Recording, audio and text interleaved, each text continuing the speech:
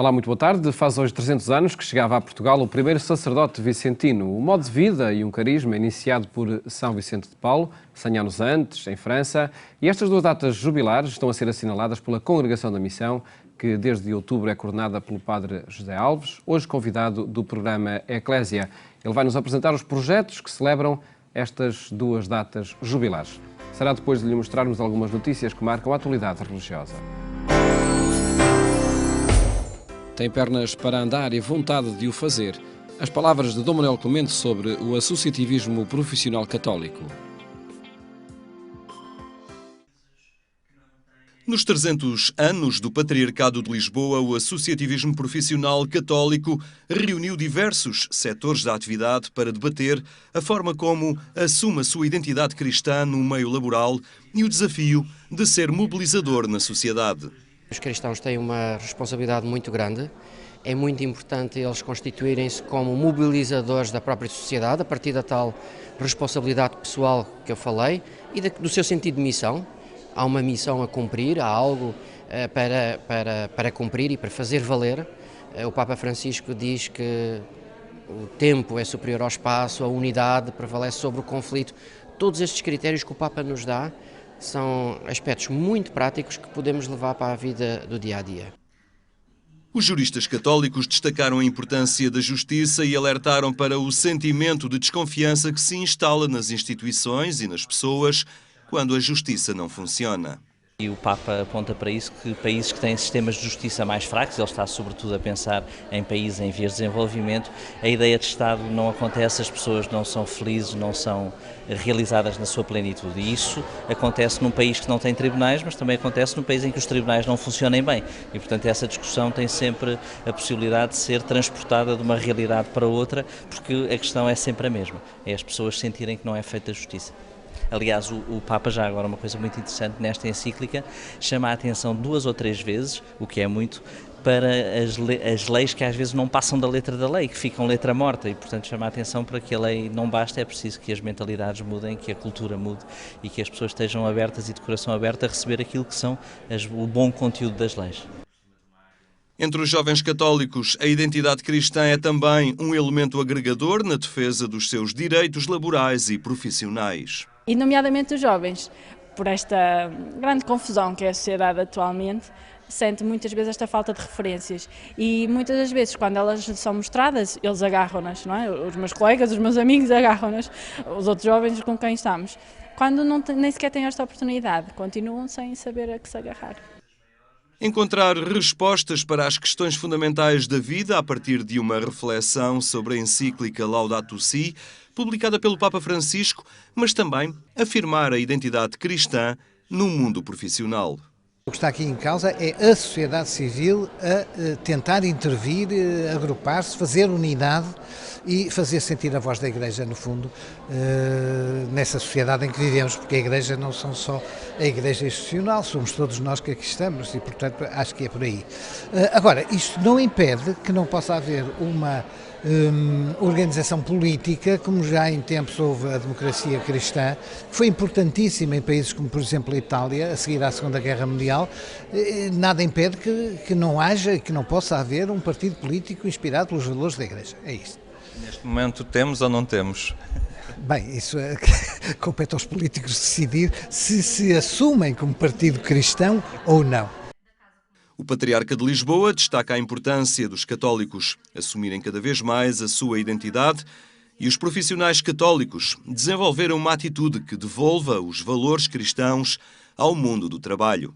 Eu convidei as associações profissionais católicas que estão presentes no Patriarcado para virem partilhar o que fazem, os seus planos, os seus projetos e está a ser muito bom, até porque a afluência é mais do dobro daquilo com que nós contávamos ainda anteontem, o que significa bem que o associativismo profissional católico tem pernas para andar e tem vontade de o fazer. Na Universidade Católica, os profissionais cristãos de diversas áreas a debater as interpelações levantadas pela encíclica ambiental do Papa Laudato Si, com foco em 3 áreas: a vida, o trabalho e a relação.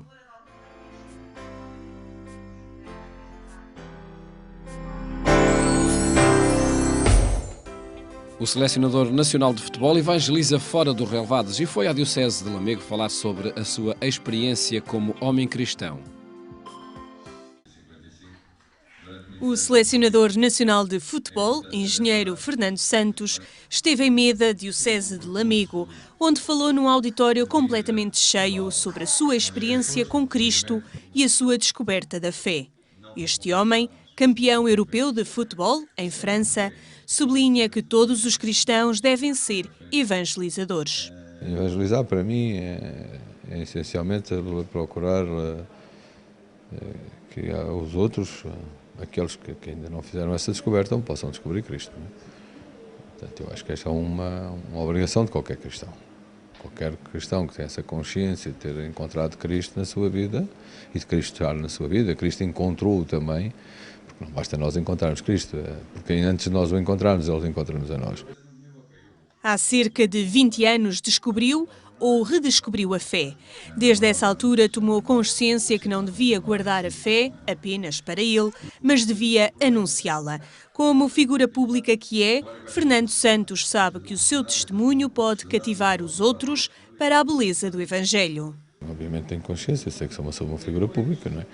Não é hoje se calhar é um peso maior, porque na minha vida profissional contribuem com mais de 60 e muitas pessoas, contribuem para que Portugal pudesse ter uma vitória importante, que fez, no fundo, uma vitória de Portugal, porque não foi a vitória do Fernando ou de quem quer que seja, foi a vitória de Portugal. E obviamente que sei o que isso representa, principalmente para os jovens e para os não jovens, e portanto sei que as minhas palavras, de alguma forma, ou pelo menos a minha forma de estar, é sempre vista de uma forma diferente. Se o primeiro lugar de evangelização é a casa, as periferias, como diz o Papa Francisco, são os locais prioritários para este anúncio. O primeiro local de evangelização é sempre a nossa casa, em primeiro lugar, e será sempre um local fortíssimo de evangelização, mas depois tudo o que é o nosso trabalho. Mas se todos aqueles tivermos essa possibilidade de poder também sair daí, sair das nossas zonas de conforto, porque se é verdade que a casa é um forte local de evangelização, é uma zona de conforto, de alguma forma. Os nossos empregos também acabam de ser sempre alguma zona de conforto. Portanto, se conseguirmos sair daí, melhor, não é? O apóstolo São Paulo é a figura bíblica que Fernando Santos mais admira.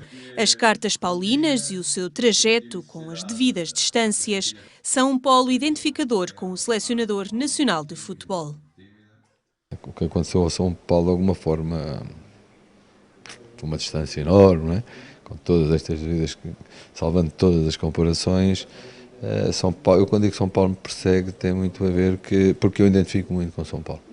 É verdade que me identifico muito com os evangelistas, sim, mas é verdade que as cartas de São Paulo sempre mexem muito comigo. Talvez por isso, porque São Paulo tem uma forma de dizer, São Paulo pregou aos outros, não é? Não esteve dentro da sua esfera só, alguma zona de conforto. Foi locais muito mais difíceis. O engenheiro Fernando Santos, selecionador nacional de futebol, relatou episódios da sua vida em Meda, Diocese de Lamego, e pediu aos cristãos para que sejam evangelizadores.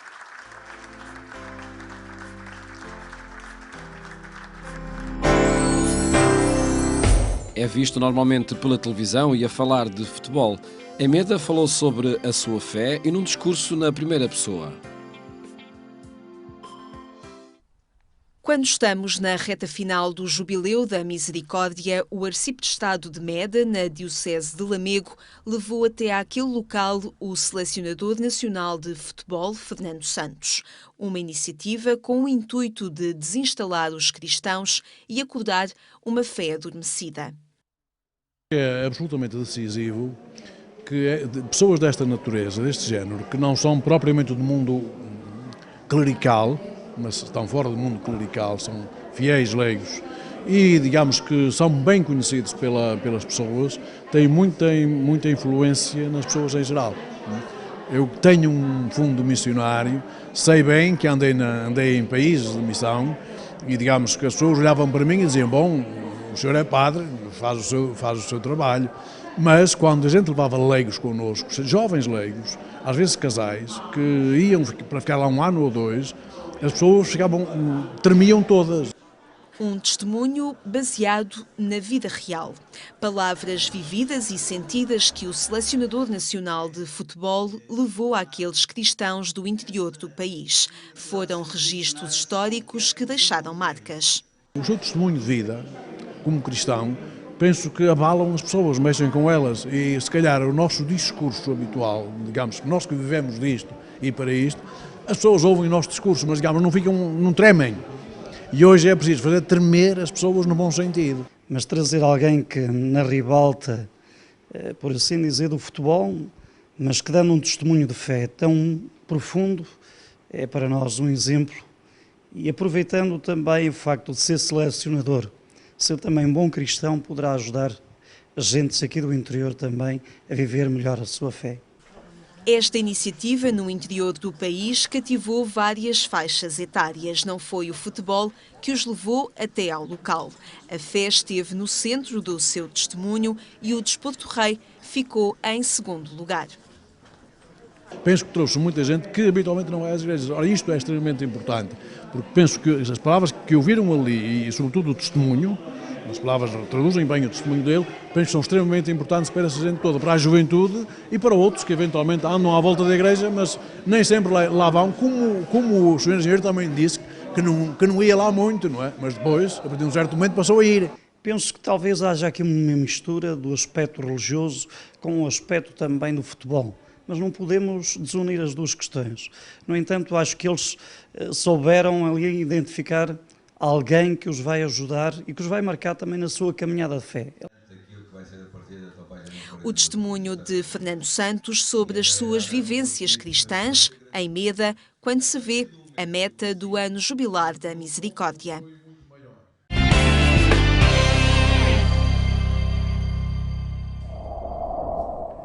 No portal agência.eclésia.pt encontra estas e outras notícias que atualizamos permanentemente.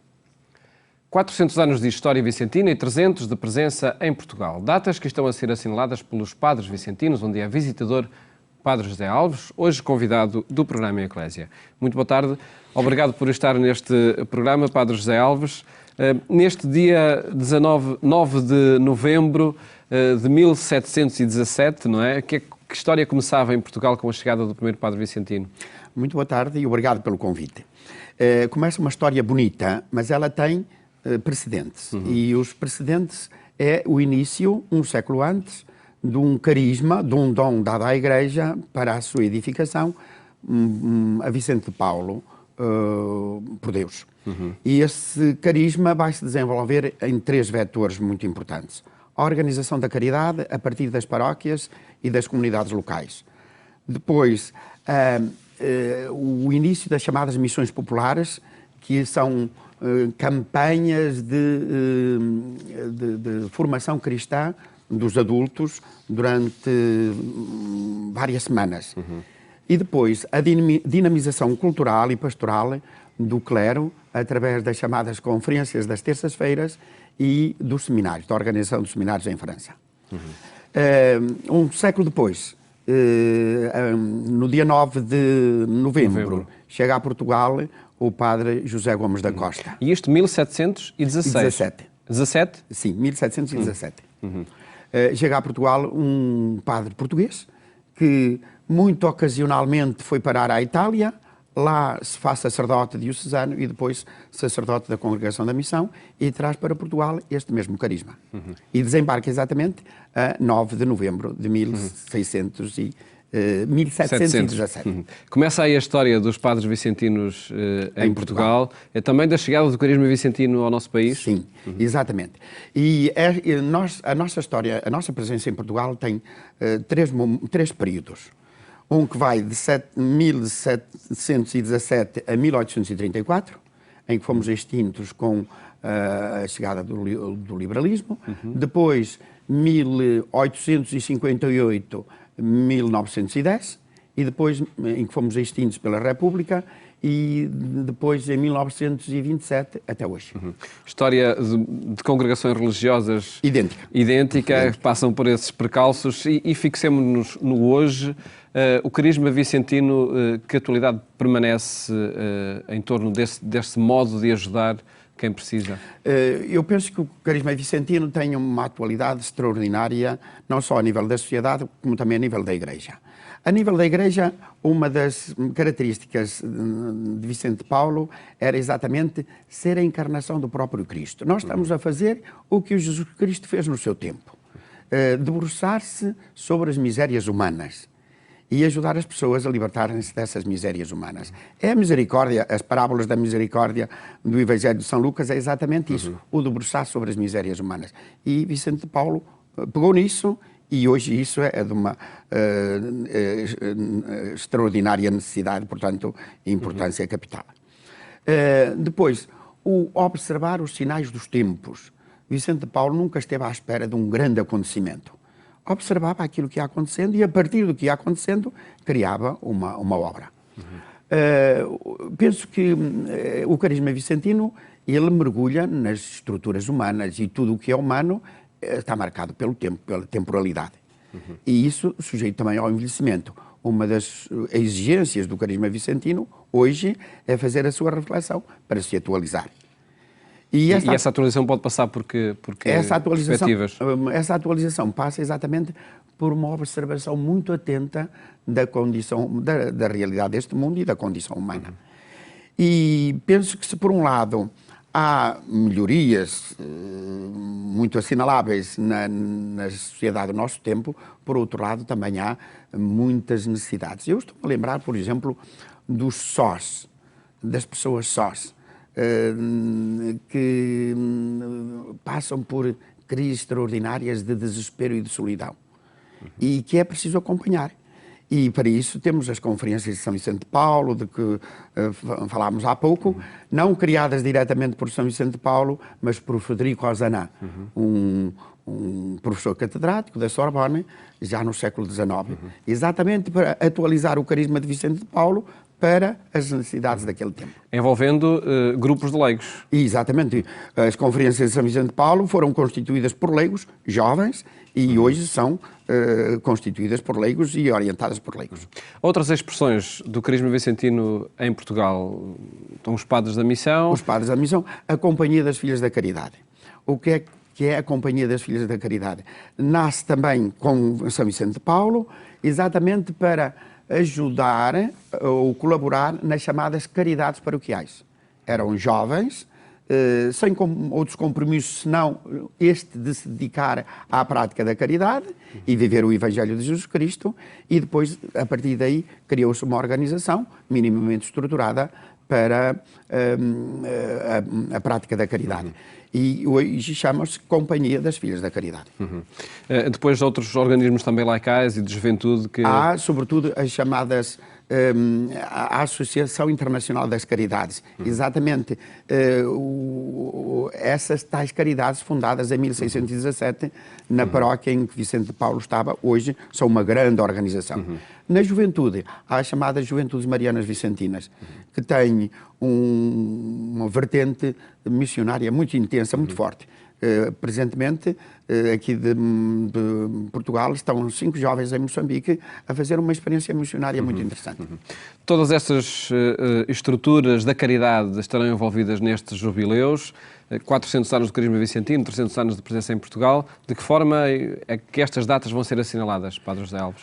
Olha, nós temos um calendário intenso de atividades, algumas não são todas, nem todas têm igual importância, mas eu queria assinalar 2 ou 3.